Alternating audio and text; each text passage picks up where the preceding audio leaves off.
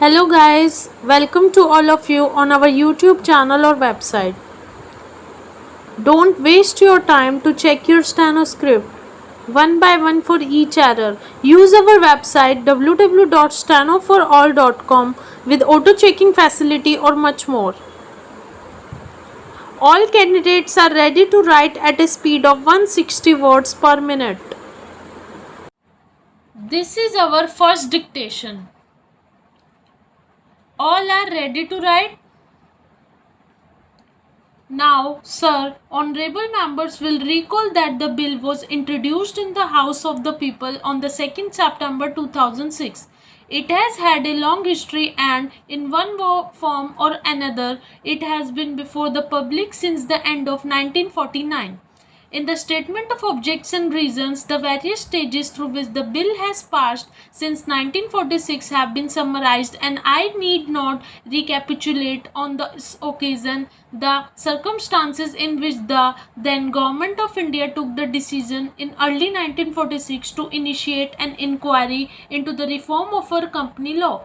I would remind honorable members that between 1946 and 1948, the entire field of company law was carefully reviewed by two distinguished company lawyers who were appointed to recommend the broad lines on which the present act should be revised.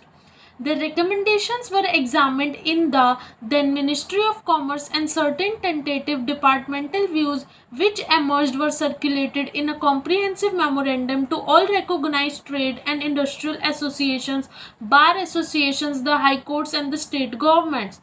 That brought us to the end of 1949.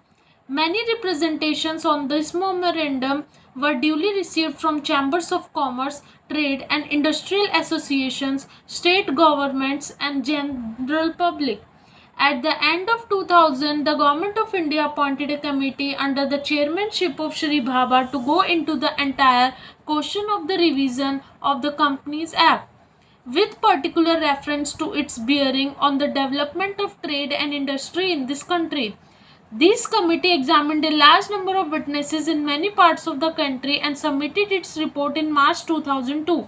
This report again was circulated to all state governments, chambers of commerce, trade associations, high courts and many other bodies. At the same time, a special officer was appointed in the Department of Economic Affairs, Ministry of Finance, to examine the report in the light of the views received from the interested public and to submit proposals to government for the revision of the present act.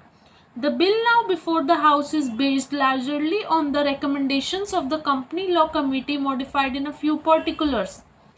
Honorable members will notice that so far as public relations go, the bill has covered adequate ground.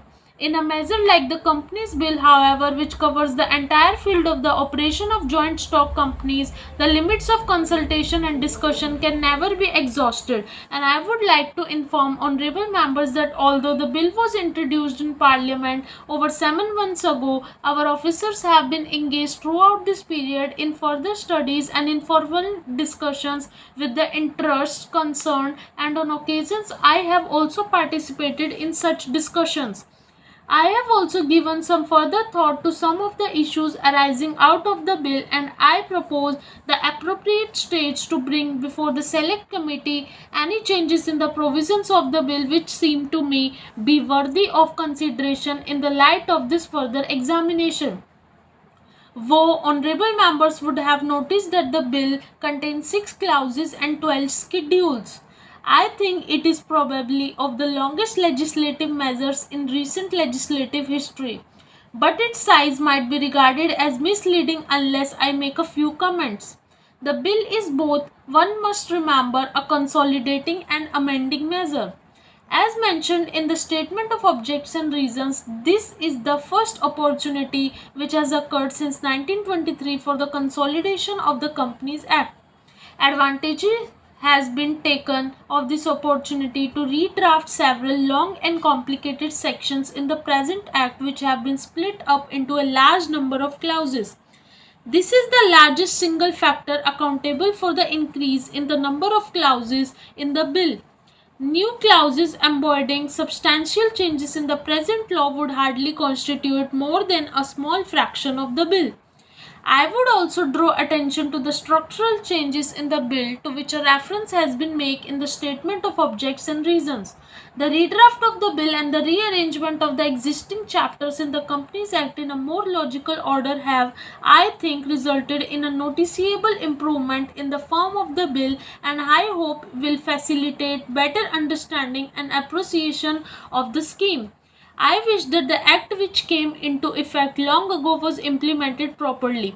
I know that the minister here is very earnest in implementing it, but unfortunately his colleagues at the state level are disappointing him.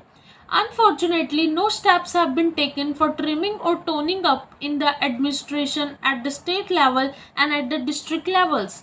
They have to be taken immediately. I should like now to make a few observations on the budget. This budget makes a turning point in the history of our country.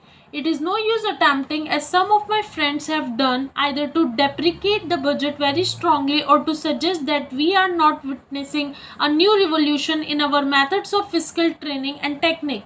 I wanted to be quite clearly pointed out to my friends that we are now facing the lean years of Indian finance. Hitherto, we had revenue surpluses which were a form of public saving and which were meant to be utilized for capital development.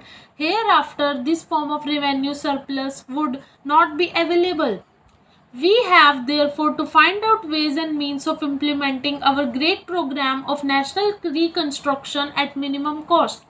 My point is that the deficit on revenue account would be of the order of about rupees 19 to 20 crores.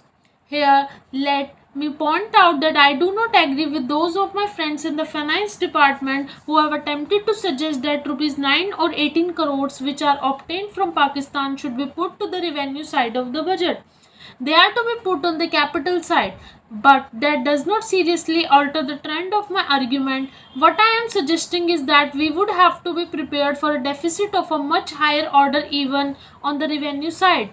That itself should make us realize that there are very many problems which we have to face and that we have to undertake ways and means of increasing the resources of our country so that it might be possible for us to have a greater amount of surplus or a greater amount of public saving for the purpose of financing capital development.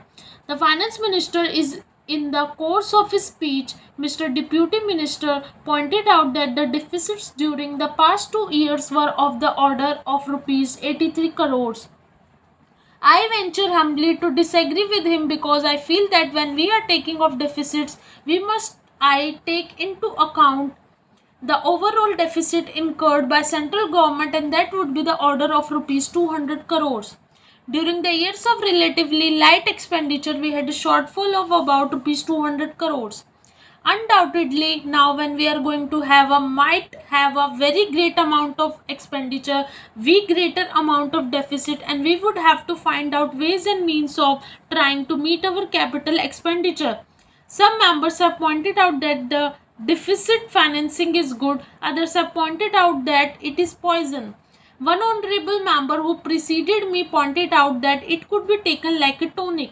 Now, I am not willing to enter into the merits of deficit financing or demerits of deficit financing in an academic spirit. The time has now come when we should face realities. I do suggest that we have to indulge in deficit financing because without indulging in deficit financing, it would not be possible for us to indulge in capital expenditure on such a large scale.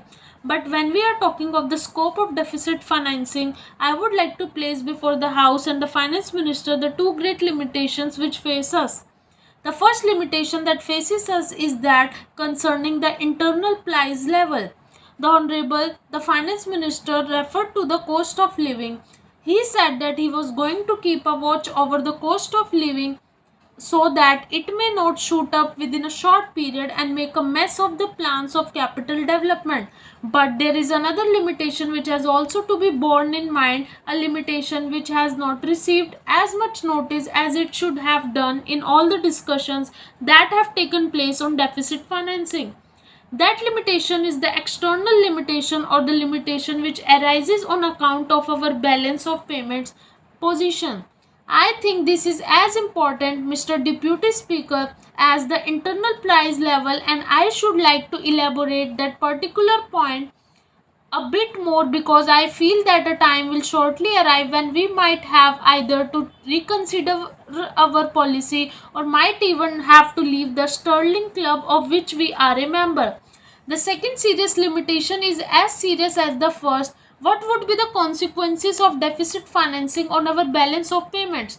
The finance minister in his budget speech points out that so far as the balance of payments position is concerned, they have now, whether it is by accident or design, a favorable balance, and they have contributed about rupees 63 crores to the dollar pool during the past 6 months. But the moment we indulge in deficit financing, we have to be prepared for worsening of our balance of payments.